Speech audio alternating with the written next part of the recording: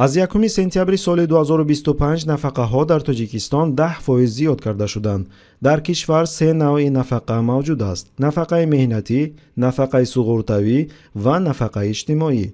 تا قبول قانون زیاد کردن نفقه ها حجم میانه آنها چنین بود: نفقه مهنتی 446 از 188 سومانی، نفقه سقورتوی 363 از 198 سومانی، نفقه اجتماعی 262 از 164 سومانی. 10% زیاد میکنن دیگه، همه چیز قیمت میکنن بچه، دیگه همه چیز قیمت میکنن، فایده نیست این ما.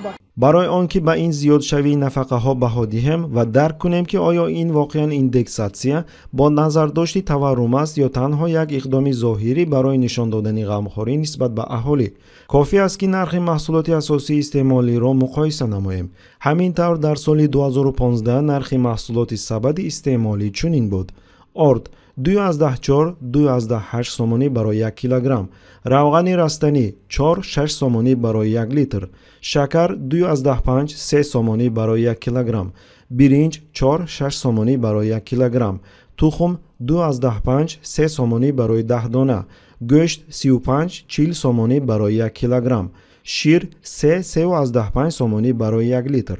در سال 2025 باشد نرخ ها چنین شدند: آرد 9-10.5 سومانی برای 1 کیلوگرم، روغن رستنی 18-20 سومانی برای 1 لیتر، شکر 8-8.5 سومانی برای 1 کیلوگرم، برنج 14-20 سومانی برای 1 کیلوگرم، تخم 12-14 سومانی برای 10 دانه، گوشت 85-100 سومانی برای 1 کیلوگرم، شیر 8-10 سومانی برای 1 لیتر.